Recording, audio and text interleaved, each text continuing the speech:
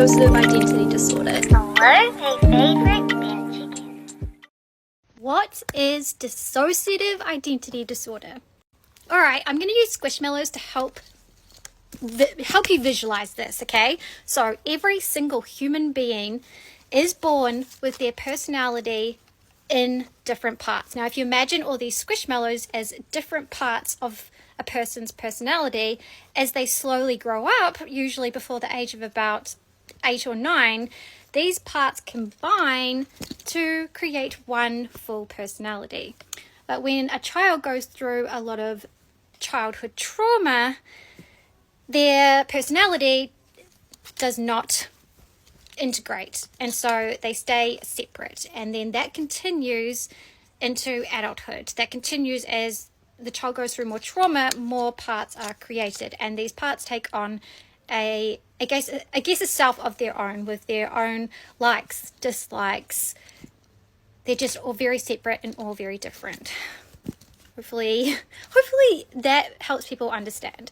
Because the question that we get often is, who was the personality before we had DID? Who is the main personality? But when you look at it like this, there was no main personality, because our personality was never integrated. It never fully formed into one Squishmallow. People also say that it is the brain's way of helping the child going through trauma survive. A lot of people have told us that if we didn't have DID, they don't think we would have survived. And it's because if we didn't have DID, if it was just me and we went through all that trauma, it would have been just me with all those trauma memories. But with DID, each part has experienced some kind of life experience or trauma, and so they're separate. I don't hold all the memories. Different alters hold those memories, and they're dissociated off. There's like amnesia walls between each part. But I know people get really confused by that, which is why I was using the Squishmallow demonstration to kind of help people understand.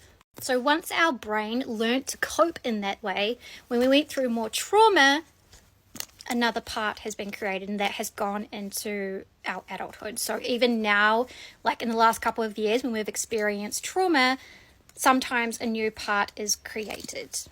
So we have around 92 alters, which I know when people hear that, they're shocked. They're like, how is that even possible? But people can have way more alters than that. There's someone who has DID that took their abusers to court, and their alters testified as like witnesses, and they have over 1,000 alters.